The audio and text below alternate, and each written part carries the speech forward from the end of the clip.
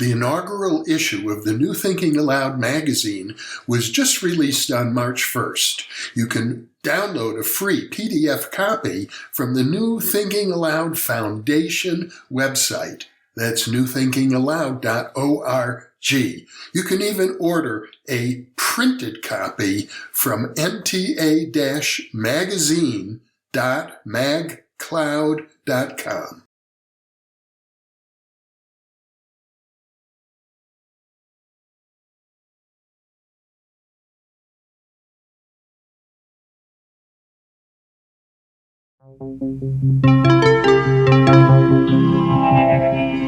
Thinking Aloud. Conversations on the leading edge of knowledge and discovery with psychologist Jeffrey Mishlove.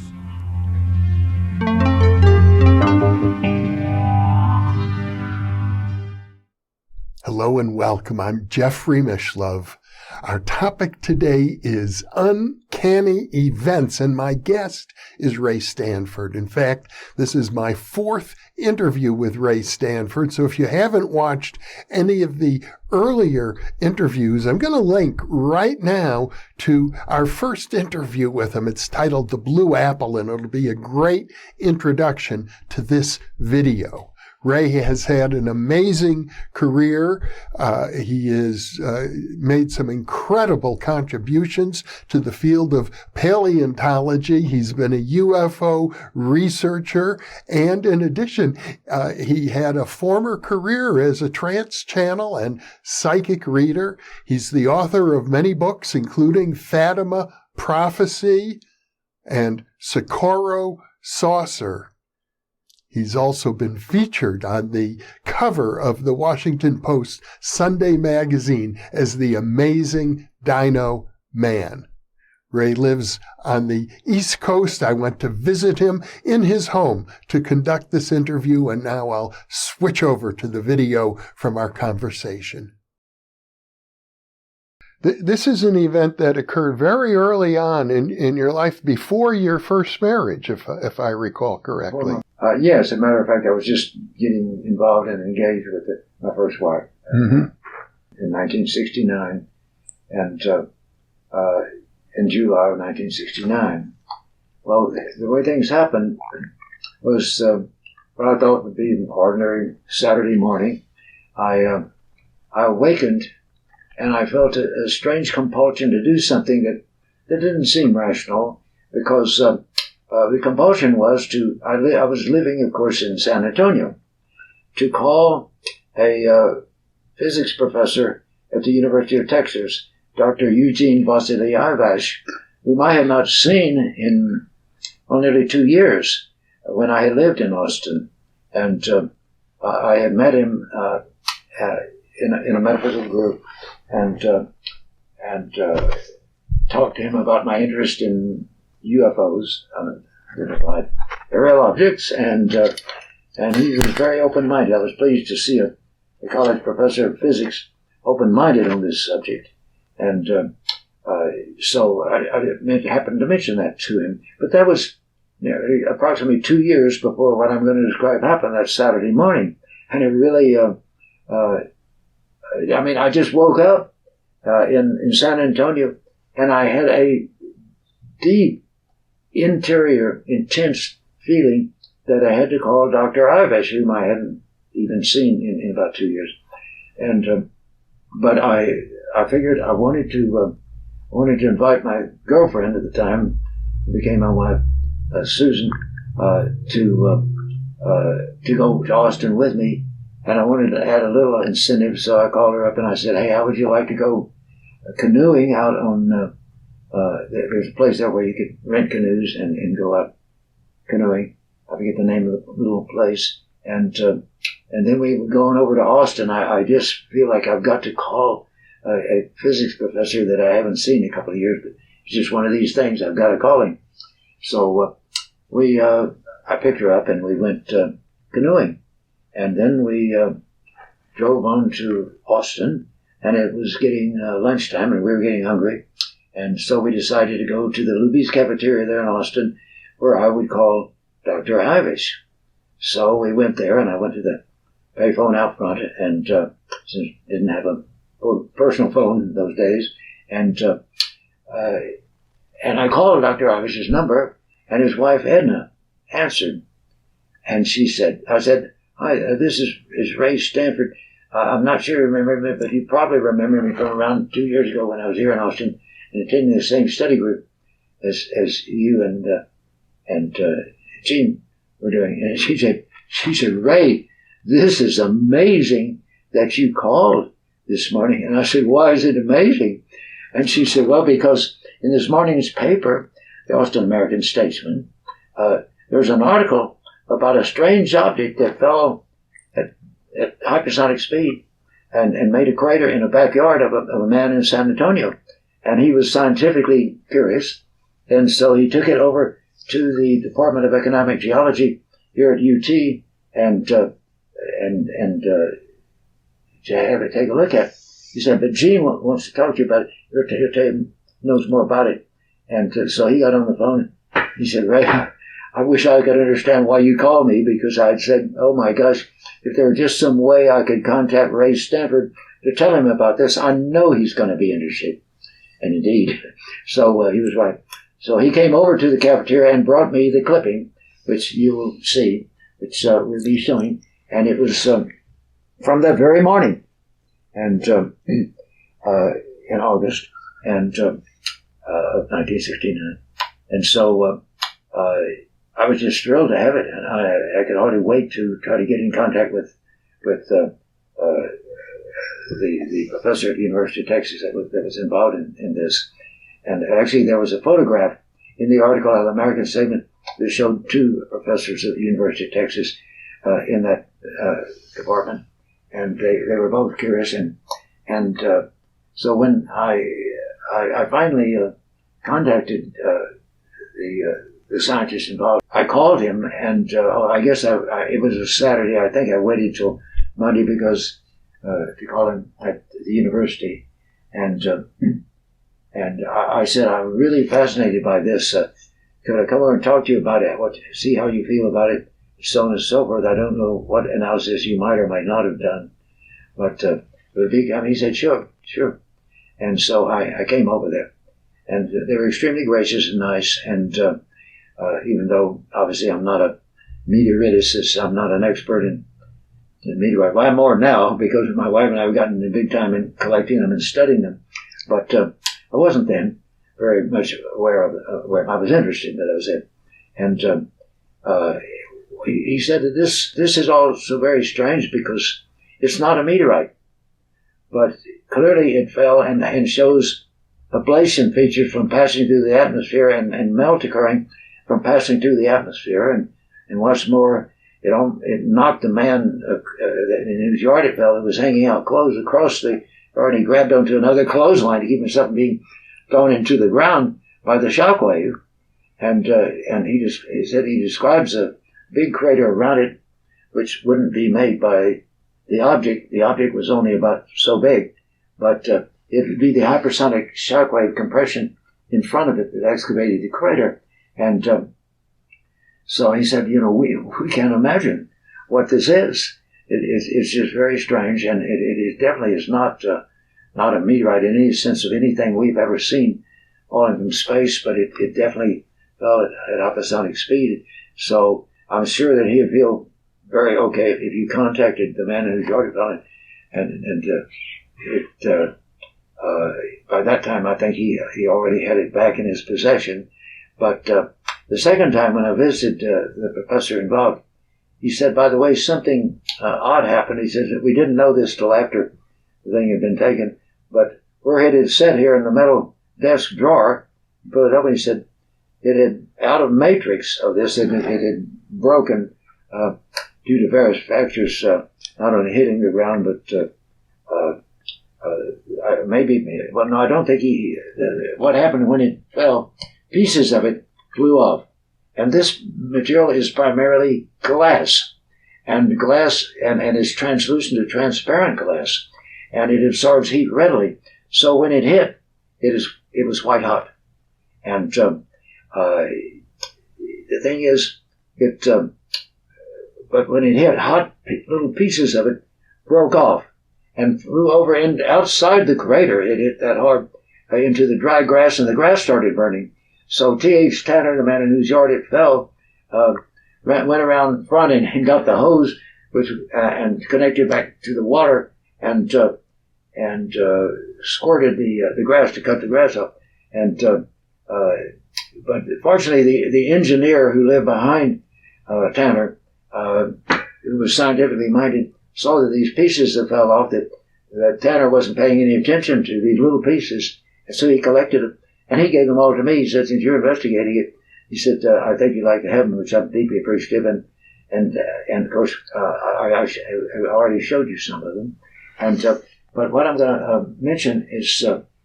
with the fact that your girlfriend's father knew Mr. Tanner. As it turns out, Tanner owned a company that was commercial air conditioning outfit. It builds the big systems that go in tops of houses, many buildings, and commercial air conditioning. And it so happens that the girl that I subsequently married, who went to San Antonio with me, her father owned an identical company, commercial air conditioning.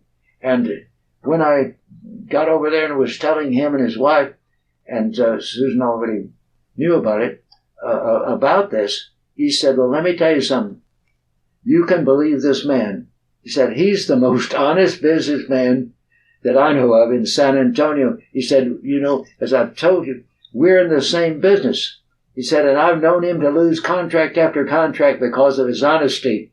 I don't know what I was saying about my future stepfather, but saying, I guess he was less honest than T.H. Tanner, but he was being honest about that.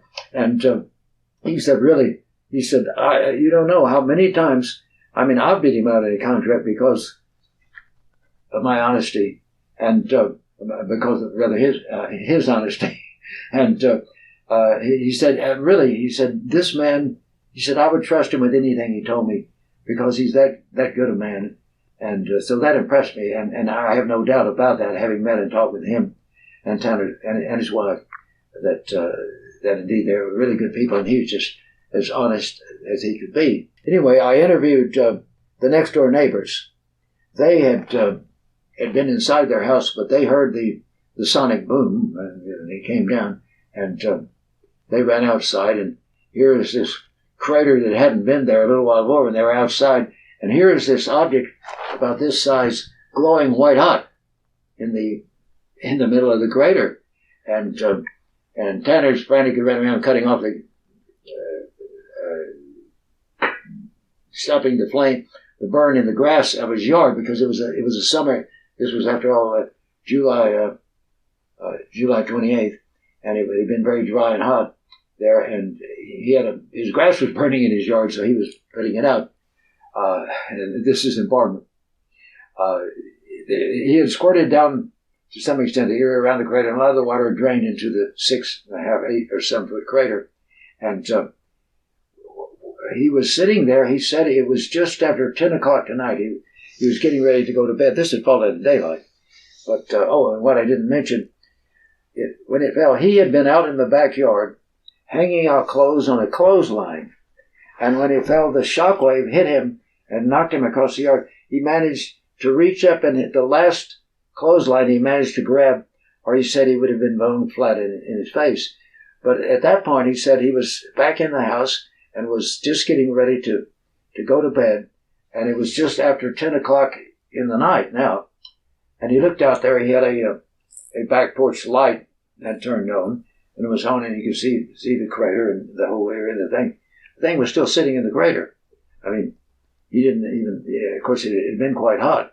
When he looked out at after 10 o'clock, this glass object was so hot that steam from the water that had drained from around the grass in the yard that he had turned off the fire had gotten near it, and steam was coming up around it from the water, from radiation, all those hours after the fall. And this is amazing, but it's very not surprising, because even ordinary glass, if you heat it up to white hot, where the surface had been melting in the time it's passing through the atmosphere, ablating, You're going to, and you can set it there, it'll radiate heat for a long, long time. So you're talking about heat radiation, not radioactivity. Oh, no, not radioactivity, just plain thermal radiation. Mm-hmm. And it absorbed.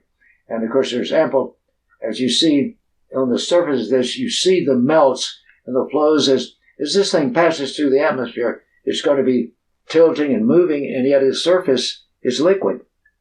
The surface part of it has gotten so hot, white hot, that the outer part of it is actually liquid glass. And you can see all over the surface where various pressures, and as it turned its waves, the glass flowed different ways and places.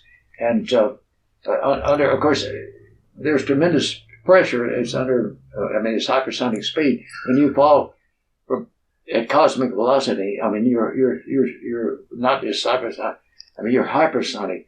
And it's just really heating things up. Meteorites all have a fusion crust on them when they fall, but they're less likely to melt than this, because this glass is just absorbing heat.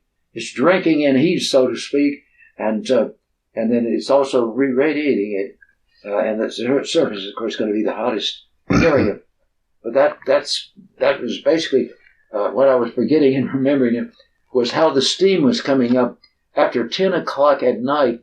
That is just a gauge to show you how incredibly hot this was. And as we also have, as you've seen, we have the clouds that had been knocked up by the hypersonic shockwave, the ones that were near the object.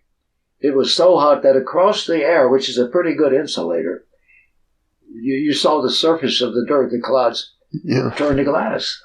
There's beads of glass from the heat radiating. This was absolute proof that this thing had been in deep space in the kind of course that an asteroid would be in, for example, and interacting the Earth with that kind of velocity to heat it up. But this has more capacity than any of the meteorites that have ever been found, simply because it's translucent and transparent and is absorbing this, just as I use the term, drinking it in as it fell. Yeah. How many days did it take from the time you talked to the professors in Austin until you met Mr. Tanner? Oh, well, I immediately I gave him a call, and he invited me to come over and to see it. Now, when I saw this, this was as soon as I could get there, because I knew this had appeared in the paper that Saturday morning. So I probably called him that afternoon. Yeah. After I got home late afternoon, back to San Antonio. And of course, he lived in San Antonio. He said, you can come over and see it at mine. Yeah. It's okay. But the thing is that I was concerned. It had appeared in the paper. And I knew, since just seeing the picture of it and talking with the professor, as they told me, it's not a meteorite. We don't know what it is. I said, to me, the intelligence community justifiably has to be interested in this, because being glass, and he said it mainly glass, but it has some copper. He said, it's mysterious. And so I can understand when the intelligence community sees the Austin American statement that Saturday morning, they say, wait a minute, we got to get this thing. So sure enough, anyway, I visited Tanner right away, and I said, look, you're going to be contacted by the intelligence community. I'm confident. I said they feel they need to have this. It may be related to an ET technology, since it's not a meteorite. Yeah. It could be technology. And so be cautious. You had already, by this time, this is like 5 years after you did the Socorro investigation, so you knew quite a bit about these things. Yes. So I cautioned, he always went by the name TH. I don't know what the T or the H stood for. His last name was Tanner, but he was just called TH by his wife and everybody else. And so I said, look, just be very cautious. Use your discretion of what you should do. But they're going to want this. He said, thank you. I appreciate your alerting me. Okay. The very next day, 2 people from government intelligence showed up at his place, his air conditioning, his commercial air conditioning business. And I talked to him and got him. And the first thing they said to him is, Mr. Tanner, we did a background check on you before we came. And you were we know that you love your country, you're a patriotic man, and what we want to tell you is that your country needs this, and we want to ask you to turn it over to us. And he said, and I love it, the way he said it. He said, look, the way I got it figured, this thing fell in my backyard. If the good Lord wanted you to have it, he'd make it fall down in the middle of the Pentagon. And of course, I don't think they had too good an answer for that. But I thought that was pretty sharp. And they said, but we need that. We have to take this because it is important. And he said, well, I'm not going to give it to you. It's not for sale. I'm not going to give it to you. That's it. They said, well, we're going to we have to have it, and we'll have to take this. So we're sorry you're not willing to cooperate now, but you'll be hearing about it. We have to take this, and so indeed they tried. Here's what happened. I warned him. I said, you want to be cautious because this is probably important enough that they would be willing to break into your place of business or into your home to get this. Well, he took it home, and but I told him, I said, don't leave it there. You're going to be gone even several hours. They're likely to know you're going to be gone, maybe monitoring your telephone, but they're going to get on to try to get this. Well, what he did is they had to go somewhere that day. Both he and his wife were going to be gone for several hours. He took it one block down to where his son and his wife lived, and he left it at their place, fortunately. Well, when they got back, were they shocked? I mean, they were really appalled. Intelligence, I don't know if it's one or two people, but it's probably two the way things were. He said every drawer of that house had been opened, and many of them had the contents of the drawers thrown out on the bed or the floor.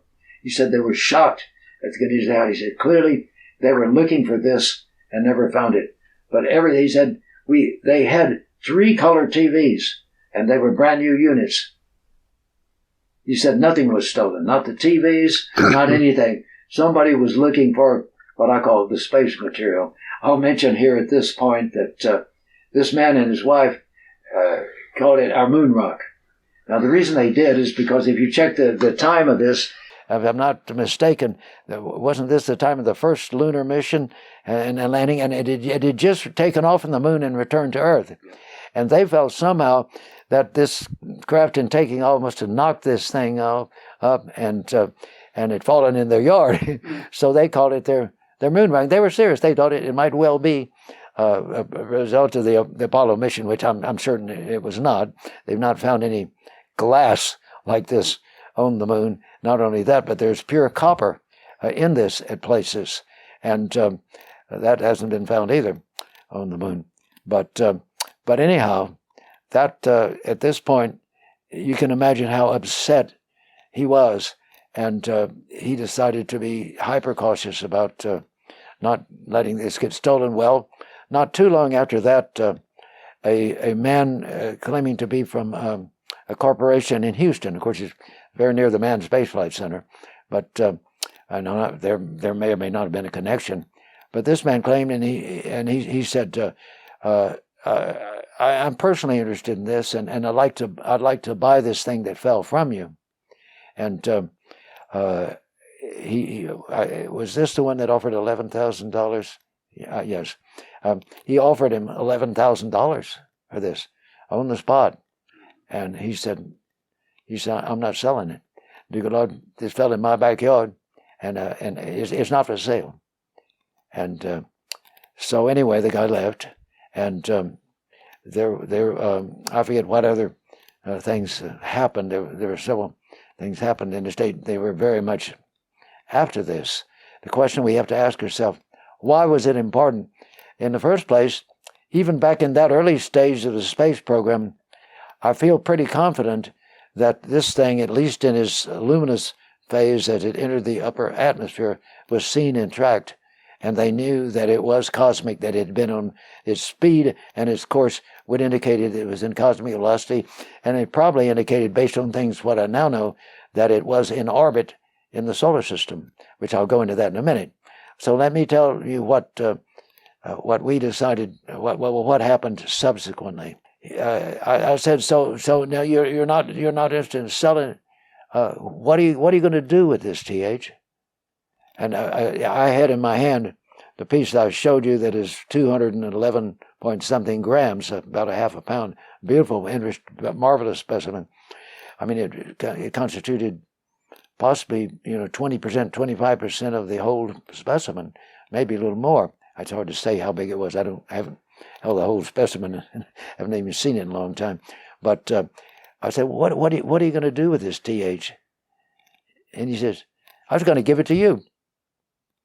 I said, well, thank you. I mean, the guy would probably have paid him $11,000 just for this, but he gave it to me. And you can imagine how thrilled Ray Stanford was. I mean, I was just ecstatic to get this amazing thing. And it has places in it, pure copper. It's not oxidized copper. There are places where it's interacted with something, possibly when it passed through the atmosphere, where you'll see a blue-green color of a copper compound, but only in those kind of places. Other places, it's pure copper. Well, we wondered, what about this? Well, Cleo, who I had met at a metaphysical study group, they had learned about my psychic work at that time. And these days, of course, I'm not into that, and giving psychic readings, anything like that. But at that time, I was. I said, well, let's see, maybe my unconscious knows something my conscious doesn't know. By suggestion, maybe we can get it to give us some information, some useful information, or interesting information at least. And so they asked just outright, what is this? Where did it come from? It doesn't look like a meteorite. And my source, which claimed to be the unconscious of Ray Stanford, in contact with areas of information or individuals toward which it is directed by suggestion. Now, whether that's true or not, I don't know. I don't make any claims about that, but what it said was quite interesting. It claimed that this object was actually part of what he said. It said, the voice said, I don't know that he gave identity as an individual. I think it was just my unconscious. Yes. It said, this is part of what you would call a space city. It was an object that had been manufactured in space, that inside of it that there was activity, and it was 30 miles of your miles in diameter. 30 miles in diameter, and the outside, that there had been a matrix of copper used, because it was the easy electrically conductive metal available from whatever amazing source of copper they might have had, which is hard to believe. But it stated that they created a magnet, that they created a silica, I guess, electrified silica vapor. It may be a silica plasma. I don't know if that's the right term, but it claimed that this was then condensed based on the current that was apparently pumped through certain copper areas of it. And this sounds like pure fiction, but that it condensed into this thick outer layer that would protect from small cosmic debris and radiations and things like this, but that it was the inside of it, the outside of it said was around 30 miles in diameter. So we didn't know whether it's true or not. And so somebody said, is there anything you could tell us that would confirm this, or that would give us some additional evidence? And my unconscious said yes. It said on this date, it gave a date, and it said to go out. It told the time to go out. Here's what it said. It said here's what happened. This thing, it said what today we would call a computer error, and it did something wrong, and it disintegrated in space. This whole 30-mile in diameter space city. Imagine the destruction of life, whatever these aliens might have been, and how they might have looked. But anyway, it stated that it disintegrated and is scattered over a considerable area in the solar system, a huge area, but there's a concentration of it in a certain area, and that it's in orbit around the sun.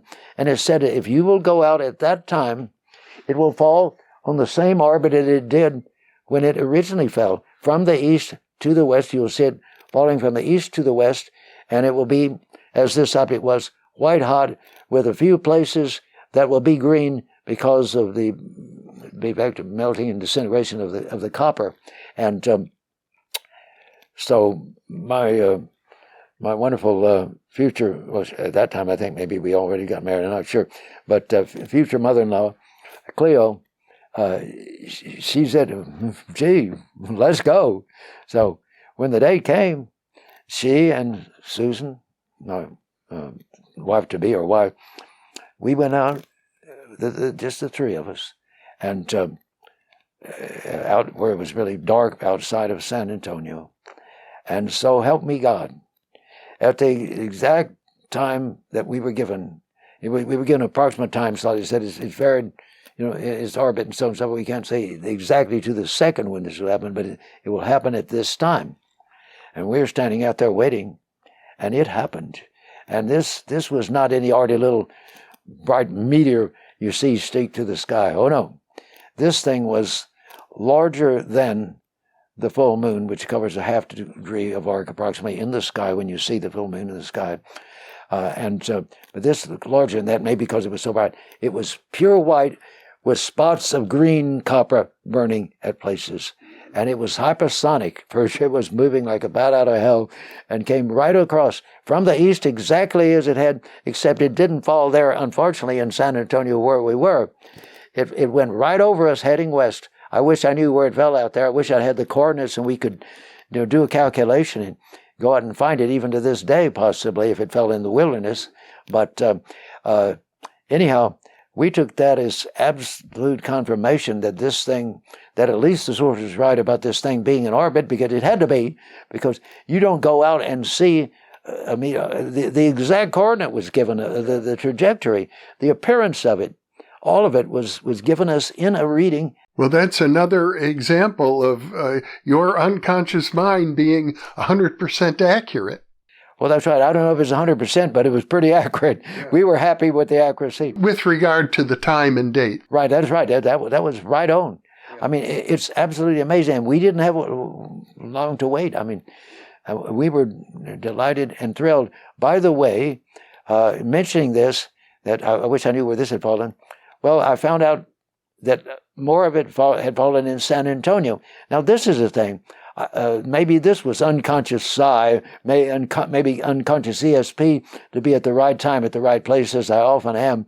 But I happened to have some occasion to go into a convenience store, I think it was a 7-Eleven possibly, somewhere there in San Antonio.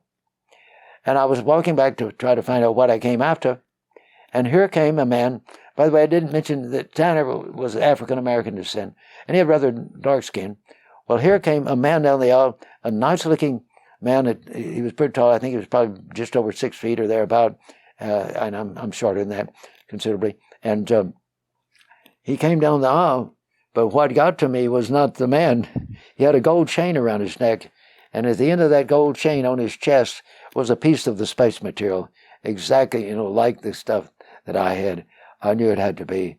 Man, probably my eyes were as big as a ball of fire at that time, man. And I said, "Pardon me, sir," but I said, "I have a question.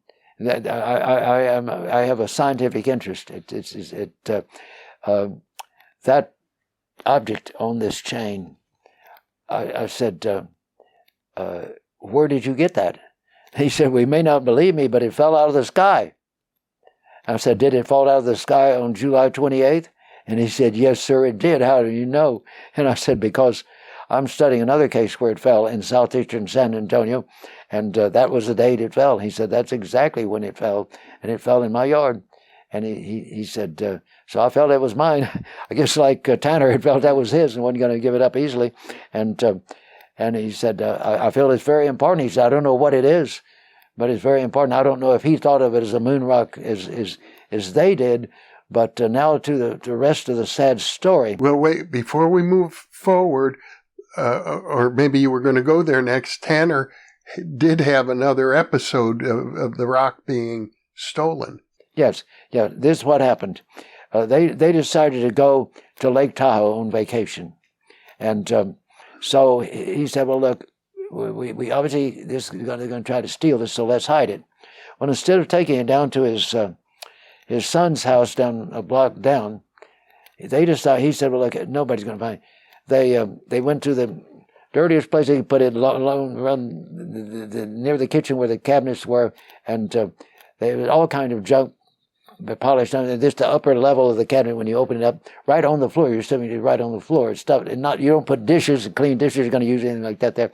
So he pulled all the stuff out and put it against the wall at the back, as far back as you could in there, and then put all this junk in front of it. It's going to be safe there. So they went to Lake Tahoe. They were gone. I remember it was at least a week. I don't remember how long total they were gone. It wasn't too much longer than that, I don't think. When they came back, they didn't happen to think they'd had a nice vacation. At first, they didn't think about where is the moon rock, as they called it. But then when his wife loved to play the piano, but she loved to play the piano, he had bought a stand for it. The space material, their moon rock, had been, when she played, she loved to have it on the piano. And she felt it was the gift from God, so to speak, a moon rock. But anyway, it was sacred to her. And so that's where she kept it. So she said, THC, go get the moon rock. He said, I want to put it back on the piano. And he said, okay. So he went back and, oh my, it was gone. And it's never been found since. Now, someone in the interim had come and tried to buy it from him too. And he had just told him, he said, well, you know, I got tired of this stuff. People are interested in it. I just got tired of it. Maybe it's bad luck. But I threw it in the San Antonio River. If you want to find it, to go down there. But I had a feeling the guy didn't take him seriously, but because they came back and stole it. And this was definitely intelligence community. This was not John Doe after all this weeks and months that had appeared in the Austin paper, and they're in San Antonio. No, this didn't even appear anything about it in the San Antonio paper at all. Never appeared, even though it fell in San Antonio, which... That's why you had to go to Austin. Huh? You had to go to Austin to learn about it. Yeah, that's right. I had to go to Austin on this hunch that I had to talk to Dr. Eugene Vasilyev, a physicist, and I had no idea. In life, I often act on hunches because I know my grandmother, we call her Big Mama, Neely, I think her real name is Cornelia, she was incredibly psychic. And she wasn't a psychic in the sense of giving readings or anything like that. She certainly didn't claim she was communicating with spirits.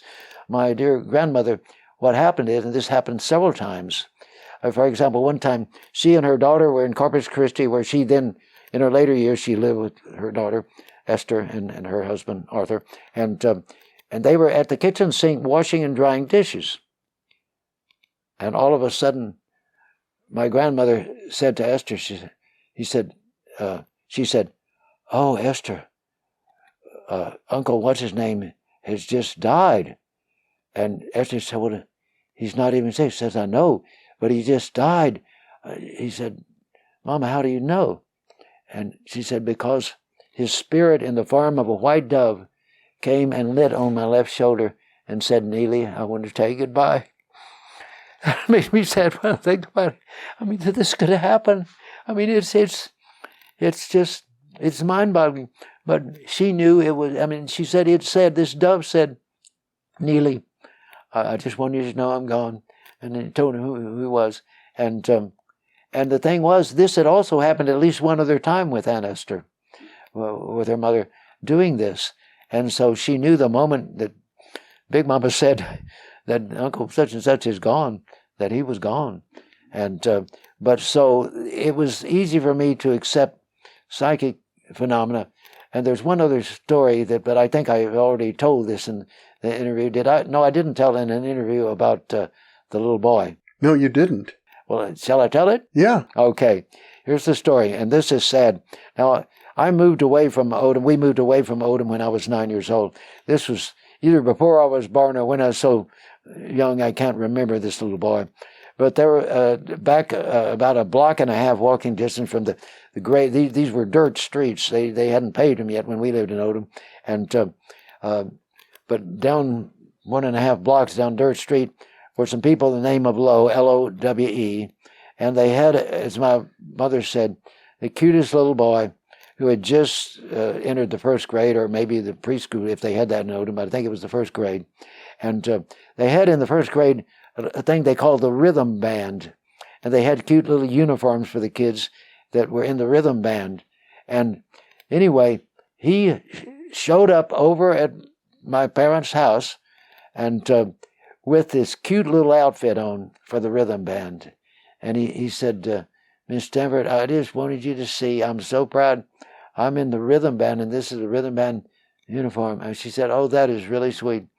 And he said, but Miss Stanford, he said, I want you to make sure that I am buried in this. Huh? He said, yes, I want you to make sure I must be buried in this. Here is a child 6 years old, and he says, I want to be buried in this uniform. And then I'll start crying. I talk about this. The next day, somebody, I think it was his father, took him out on a hunting trip in the woods, and somehow, by some incredible accident, he was shot and killed. And my mother heard about it and told him, he said he must be, and they buried him in that uniform.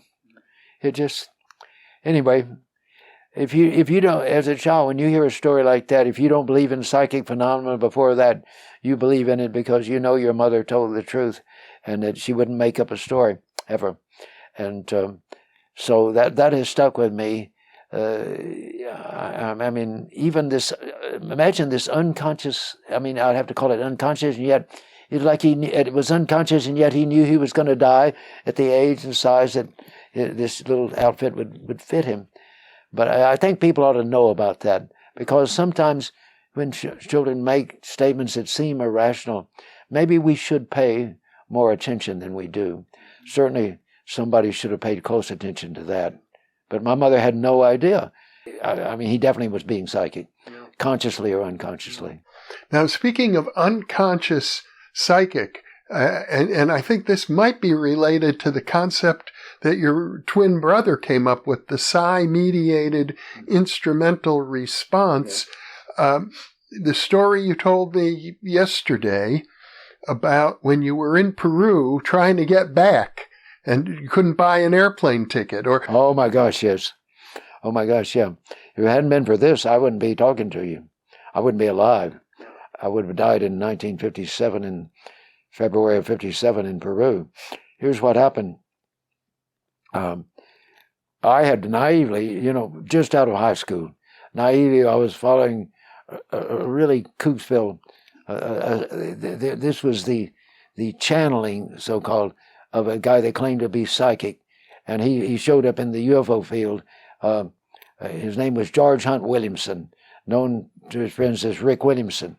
But he was doing voice channeling, and I had been receiving transcriptions of it. And they decided that they had instruction from the spiritual world to start a commune in Peru, a spiritual commune, spiritual renunciates. We weren't going to be monks, but we decided, my brother and I decided to join this commune.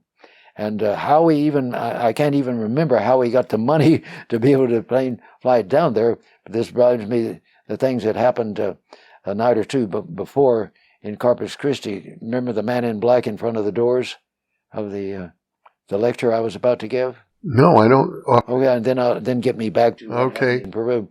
But a few days before we were scheduled to go to Peru, and we had our tickets and everything was set up, and we were going to have a lecture on our belief in the UFO. Oh yeah, now I remember. Yes. And so John McCoy and Rex and I showed up. We had a room at the New Oasis Hotel in downtown Corpus Christi, and it had been advertised in the paper and probably on the radio, and so we had to unlock the doors and get set up for the lecture. But when we got there, here was an awful-looking man leaning against the doors. He was about 6 feet tall and slightly balding on top, but he was dressed in black tie, black suit, black pants, black shoes. He was a man in black, so to speak, and he's leaning against the doors, and I said, pardon me, but we've got to get in there to get set up for the lecture. So he moved over begrudgingly, and he was leaning against the door, literally like he owned the place. And so he went in and sat down in the middle seat on the front row. And anyway, after we'd gotten into the lecture. Were you giving the lecture? Well, I and John was talking, probably right. We were talking about The group. experience and our knowledge and what we felt about UFOs. Yeah. And so he popped up out of his seat. And he said, there's something more important than talking about this nonsense. He said, I want you to tell these people where you're leaving for next week, why you're going, and how you got the money to go. Huh? How you got the money to go? Well, I don't remember that now after all these years. I can't imagine how we got the money to go because our parents were pretty poor. My father had been unable to work for several years because of tuberculosis. And he had relapsed when we moved from Odom. He'd gotten over it, but he relapsed in Corpus Christi and was having trouble. The first surgery, they did something to one lung collapse or something, had left a sponge that had gotten infected inside his inner cavity. And bless his heart, he suffered a lot. But anyway, because he was not, my mother took a job just working at a laundry, doing something, sewing damaged clothes or something, very little income. How we did not have the money to send us to Peru, so I don't know how we got there, but we did. But how you got the money to go, I couldn't have even answered that probably then. No, I knew then, but I couldn't answer it now is what I mean to say. And but anyway, I said, I want you to quieten down. I'm going to give this talk. You are not the subject of this talk, and you had better hush up, or I'll have John go out and call the police. So anyway, he quieted down, and that was it. But when we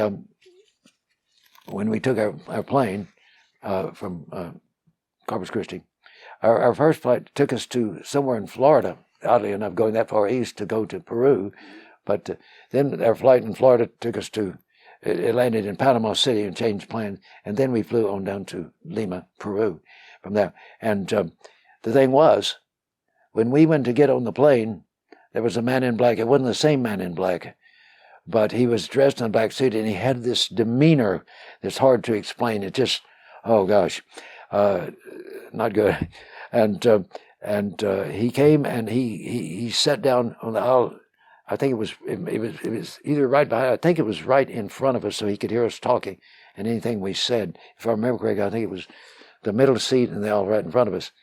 But his man in black. And when we landed in Lima, we went to a hotel we'd already been arranged because other people that were going to join the commune, which was across in eastern Peru, were staying at that hotel until time to go over there. And so we knew what hotel we were going to, but when we got there, guess who was checking in right in front of us? The man in black that had been trained every flight that we went on, that had been our flights, was there checking in. And he checked into the room as you would face our door. It was the room right to the right there. And so whether he was FBI or National Security Agency or CIA, I don't know, but he was a man in black. Mm-hmm. And here's the amazing thing. And he's right in that room adjacent to us as if anything in the room he wants to hear it. You go, well, one morning, John decided we wanted to go down and have some breakfast. So we punched the elevator bell. We were on an upper floor. And the door of the elevator opened. You would never, well, you would, I told you the story. But no one would ever guess who was standing face to face with us. Not the man in black. Oh, no. The standing in front of us, and we recognized him immediately from TV, was Raul Castro, the brother of Fidel Castro, the head of the communist regime in Cuba, as they would say. We recognized him immediately. And so John said in his belly, hola, Raul, ¿cómo está? And he says, and he says, I'm here he said, don't you know that it's the prison across the street? And I said, no, we didn't know. He said, I'm here to talk to everybody that's going to be getting out of the prison anytime soon, talking them into come fight in La Revolucion. So here we were with this FBI, CIA, or NSA agent checked into the room next to us, and we meet face to face in the elevator in the hotel where we were staying. He was staying, Raul Castro. I mean, it's too much for the mind, but it's one of these crazy things that happens to Ray Stanford. And it was almost too much for us to believe, but there's no question it really was Raul Castro. But the craziest part comes next. We went to the commune. We got to the commune, and by the way, we had it was a town. There was no electricity. There was no running water in this little town. Now it's quite a city, but it was a town called Muyabamba. No paved streets even, and but this is where our commune was, and and I won't go into the various things that happened about that. Even the mayor of this little town got upset when he wanted us to come to a thing for the celebration to those gringos, and strangers, at his place, and we knew we didn't believe in drinking, and we knew being in there that they'd have chicha, at least fermented yucca root, or something that they would want us to drink as well as the food. We didn't eat meat, and we knew it was going to be everything. So I didn't go, and John didn't go, and Rex didn't go, but the rest of the whole commune went. And he chased us onto the airplane. We decided we had to leave. We heard he was after us, and he literally chased us. They wouldn't let him on the plane, but he was going to get us and going to do something to us. I don't know what, because we had insulted the mayor of the town. And but fortunately, they wouldn't let him on the plane. So we took off, and we went to Lima, and somehow managed to call my mother. And she, bless her heart, my grandmother was able to pay for her to have tickets to come home. I can remember that part. And so we got the ticket. We didn't get the tickets. We went to once we had received the money by wire, however we got it to pay for the tickets. You didn't have electronic credit cards at that point. Once we had the money to get the tickets, we went to the airline office downtown in Lima. And I said, look, Rex and I need tickets. And he said, sure, no problem. He wrote out the tickets. These were all handwritten carbon copies and all that kind of stuff back in those days. So this is what he did. He wrote them out, and I pulled out the money. We already knew how much it was.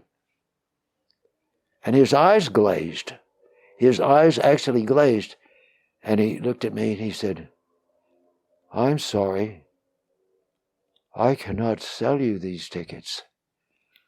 And he reached down the tickets he had just written it out, and ripped them to shreds and dropped them in the trash can.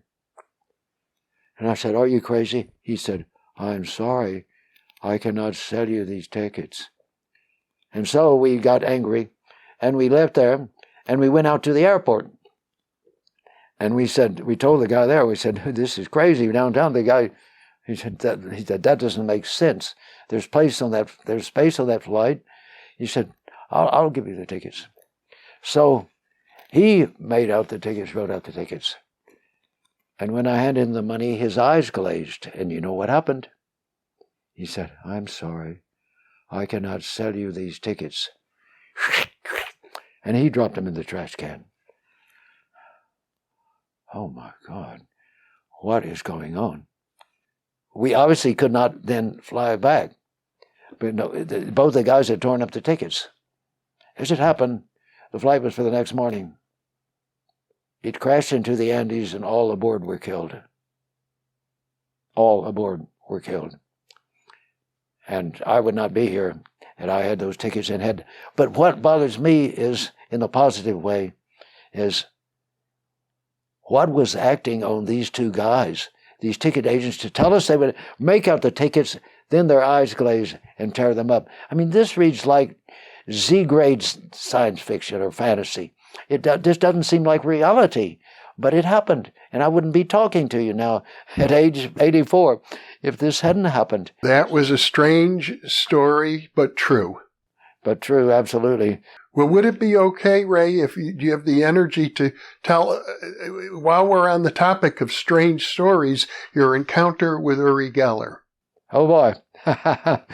That's a long story. A whole lot of things. I had two pen pals from Uri Geller that that bend and lay on the table, bending without him touching him. We all, our group saw it. Saw both. These were not ordinary utensils. They were extra heavy, as you saw, very thick, stainless steel, not silver. And these were just some tokens of his visit. But let me tell you the wild part. He was visiting you where you live. He was visiting in Austin, and then we're going over to Houston. We were sponsoring a show in Houston. Going into Houston, as we approached an overpass, we just passed over when this happened that I'm going to describe. It was raining. It had been an awful looking thing from a distance. There was just a small, relatively small, or dark cloud, and a thing that came down and looked like how you want to interpret it. You could consider it awfully phallic looking, but whatever it was, there was a lot of rain coming out of the end of this whole pattern of cloud that was coming down right over the overpass. This is just after you had been with Uri? We're going to Houston to set up, to rearrange something. Geller's not with us. He's not with you. It's just my wife and me. You're involved in setting up. Yes, that is correct. Anyway, I got involved with a terrible accident. Yeah. The accident occurred, but then the troubling part, but it was the good part, because otherwise, the way the car was hit, the cars were coming in behind us in the rain, would have hit us and probably would have killed us. And what happened is, our car, so help me God, teleported 90 feet up the highway in front of the people involved in the wreck, where we had the wreck. And in front, 90 feet up there. You did show me a picture of the car with a big dent in it. And so the highway patrol comes along and gives me a ticket to failure to control speed to avoid an accident. And I have to appear in court. And so I did appear in court. And the very sweet lady and her two sons showed up in court that she had been driving the car that was involved in the accident that I had, or that turned around somehow, flipped around. I don't know how this happened. But anyway, she was the one who was driving that car. And they had her there. I mean, they considered this pretty serious because, I guess because of the nature of the accident. I mean, several cars were involved. And they had her there, I guess, because normally I don't think you have a prosecuting attorney for failure to control speed to avoid an accident. But there was a guy there that was not the judge, and he was acting against us. Maybe it was, I don't know if it was the police officer that's involved that gave the ticket or who it was. He says, I want you to tell us how this accident occurred, what happened with Mr. Stanford's car. And she said, well, we heard him skidding up behind us somewhere. It was heavy rain, hard to see what's going on. But we heard the car skidding up and crash. It was in front of your car, behind your car at this point. He said, well, he was in front of our car, but he was too far in front of our car. He was 90 feet up the highway. And he said, wait a minute. 90 feet up the highway? Are you saying that he spun around, maybe around the group of where the wreck occurred, and maybe over by the railing off the side of the interstate? It was an interstate. And spun around to 90 feet? She said, no, sir, he didn't. Well, what are you alleging? That his car was in the accident and it flew over you? And she said, no, sir. Well, then what are you saying? You said, well, here's my sons are here. They can tell you the same thing. His car, when it hit us, it vanished. Like you turned a light off, and it appeared 90 feet up the road. Of course, this kept us from being hit by other cars. And actually, you see, it was protective, apparently. And this officer, or whoever it was, said, Mrs. Whatever, says, are you saying that his car was there, and then it appeared, and it didn't fly over you or around you, or skid around you? She said, no, sir, he didn't do any of those things. He was there, and then he was suddenly 90 feet up the wall. And he turned to the judge. He said, Your Honor, if the court's only witness against the offender can only tell something that is totally impossible and ridiculous, I have to move that this case be dismissed. And he said, case dismissed. And so we got free of that. But that wasn't the end of the teleportation story. So it went on. Eventually, we got it set up, and we had the fair in Houston, and we were ready to head back to Austin from Houston, which is a pretty good long drive. But we stopped off at one of my older brothers. They were actually cousins, but they had been adopted sort of as brothers and brought up with us. Gene Stanford, his wife Dorothy. We went by their house to say hello, and tell them that we were just getting ready to head back to Austin. And so we were there, and we knew exactly what time. We looked at the time. I called from there. I called and told my office. I said, we're leaving here at such and such, so we should be here at such and such time. And but we're leaving Gene Dorothy's now. And so then we went on the Beltway around town and then got onto the interstate that goes west toward Austin. And we're driving along, just thinking, okay, it'll be nice to get home after all this tiring trip. And suddenly my wife, this is not Susan, this is my wife, Kitty Bo, right? Kitty Bo. Yeah, that was her nickname. Everybody called her that. I never called her by her real name. She's just Kitty Bo. And we were driving along, and she says, in a kind of troubled voice, she said, Ray. I said, yes? There's something wrong? She said, look at the car. I said, oh my gosh, you're talking about it's glowing. And she said, yes, it's glowing. And it was glowing. The car was glowing. We were not glowing, but the car was glowing. She said, do you know what's going to happen? And I said, yes, we're going to teleport. And at that point, we were gone. And at that point, we were 37. We knew exactly where we were because we just passed the area of Beltway, what do you call it? They're around Houston. We knew exactly where we were. We were 37 miles up the road. We appeared on the highway just like that. And we both knew, no question, we had been teleported. We didn't realize how far we'd been teleported at that point until we checked the map, until we found out where we were and then checked the map. And but anyway, the thing is, we got into Austin and to the office vastly faster, about 37 minutes faster if we were going 60 miles an hour than we should have. I mean, we had told him, we called him, and we knew where we left Gene and Dorothy. We knew how long it was, how long it should take. And so we had that evidence that absolutely we had covered 37 miles or 39 miles, whichever it was, by teleportation. There was a weird clicking sound, and we wanted to find out what was wrong with it.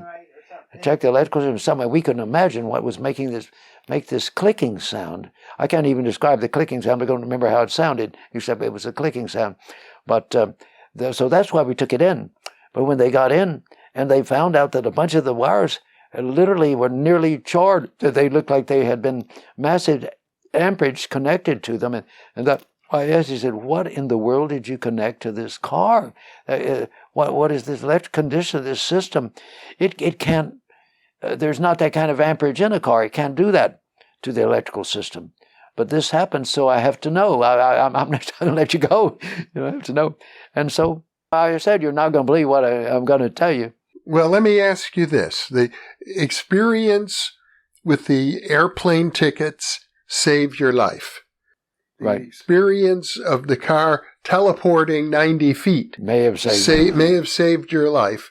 But what would have been the purpose of teleporting the car 37 miles and burning out the electrical system? Well, it's like a guy showing his muscle and saying, see how strong I am, what I can do? It's just a little friendly notification that you haven't seen anything yet. That's my interpretation of it. But who would have been sending that message? Well, at the time we would have said it was to Geller. He called Spectre. Did he use the term Hoover too, didn't he? Yes. Yeah, he used the term Hoover. I may have thought maybe it was Hoover, but I don't remember all that. I will tell you an interesting thing, though, in this connect that I think people will find fascinating. At that time, traveling with Uri, everywhere he went, was a young man named Shippy Strong. His cousin. And I didn't know he was his cousin, but he was Shippy Strong. And he seemed like a nice guy. He's still with her. Geller, really. Well, he said that he was his psychic battery. He says he goes below, he gives energy. So, but anyway, before it was time for him to leave Austin and go back wherever they were going, he said, Ray, he said, you've got to quit your work here and go to work for me. I'll pay you big time. He said, Shippy is my psychic battery, but he said he has no amperage compared to you. He says, my God, he said, man, if I could have you at my shows, all kinds of things, it would boggle the mind of the entire world. And I said, that might be nice, but Uri, I have my own work here, and about my psychic work and my UFO work, and I feel I've got to be here. I can't do it. He said, you got to work. This will show the world. I said, look, show them at the level that the power that the shipping can provide. I said, I just can't, because my work is too important to me. And he was really disappointed. He wasn't hatefully disappointed, but he was very disappointed. And as far as you're concerned, it would seem as if the psychokinetic effects, the bending of the forks, the teleportation we didn't talk about on camera yet, right. the apport or teleporting of your meteor. Yes, meteorite. Meteorite. Yeah. And he's holding it in his hand right now and showing it in the camera. Show him the other side of it too. There we go. There's the ablation side where you see what the effect of ablation is. It passed through the atmosphere originally. What happened with this? It had just been, I think he saw the meteorite on display and asked, what is this? And I explained it's the canyon of a meteorite. But he wasn't sitting anywhere near it, and Shippy wasn't either. I mean, it had been in the back bedrooms where it was. And we were sitting in the living room, and it had been in the back bedroom. I'd been in there. And all of a sudden, over the kitchen area near the dining table, I could see from the living room where I was sitting on the couch into the ceiling up there. That meteorite, as you can see, is quite heavy. If it fell on your toe, you wouldn't have a toe, probably, after that. But it just appeared up at the ceiling, and long enough that you could see it. It wasn't a glimpse. I mean, it was there, and then it fell. But it didn't fall at G1 speed. It fell. It looked like it was almost going kind of slow, too slow, and it went down and hit the floor. Now it was an asphalt tile floor. Had it dropped from there, you saw the sharp edges and how hard it is. It would at least have chipped and dented the asphalt tile. There was no damage because it was not moving at that speed. It fell down slowly. So here we had a demonstration, a slow fall demonstration to boot. But we all saw it. Everybody sitting in the room saw that happen, and it can't be doubted. And I don't know why science has to be so hard-headed, some scientists, that they can't at least investigate this and find out that there were powers, energies, or whatever that are beyond what they've considered in their physics labs. And then Uri said to you to check the weight. Oh, yeah. He said often things lose mass. And it lost, I believe, 10.3% of its weight, or 4.88 ounces, which is a quarter of a pound. Anyway, it definitely lost mass, and yet it kept its form. It looked the same. So that's a pretty good trick in itself, to make a nickel-iron meteorite lose that much mass and not change its apparent form. So I suppose it would be fair to say in your own psychic work, we've seen that some of your readings, for sure, of a precognitive nature were spot on. But with Uri Geller, you have what would be considered psychokinetic phenomena occurring that were not necessarily part of your own normal experiences. And yet he felt that my energies would feel and power his displays. And so I don't know if there's some relationship or what. I have no idea. But the point I want to emphasize, because so many people, every time I bring up Uri Geller, they tend to say, and I knew Uri quite well, I sponsored his first public appearance in the United States. Oh, really? Yeah, at Berkeley. First major public appearance back in 1972. But when I bring Uri up, I always hear from viewers who say he's an obvious fraud because he was on Johnny Carson and he couldn't perform. Oh, boy. Well, I've got news for them. Sometimes cars run out of gas and have to get refueled. But as far as you're concerned, he's quite legitimate. There is no question. I can swear my life. That is, when you've been teleported twice, I mean, that really upsets me that people will say that he's a phony. I had him on the radio in California, and dozens of people start calling in about things happening in their own homes. And that was unique to Geller. That's why they were called mini Gellers.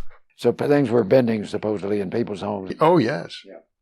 It's not as strange or unusual as people might think. Ray, thank you so much for sharing these amazing but true stories.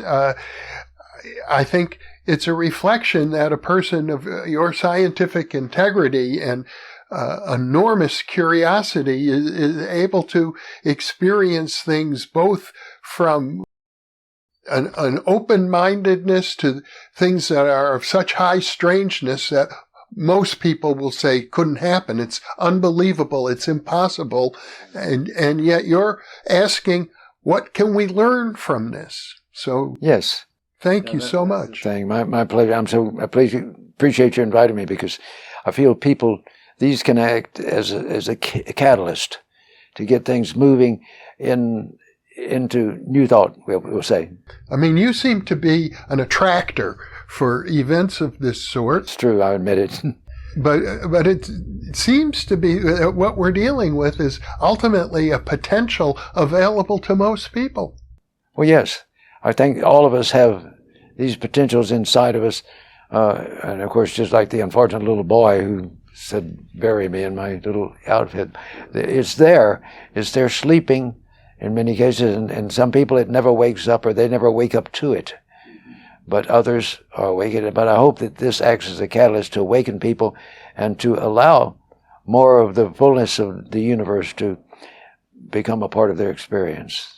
I hope so too, Ray. Thank you once again for being with me. My pleasure. Thank you. And for those of you watching or listening, thank you for being with us.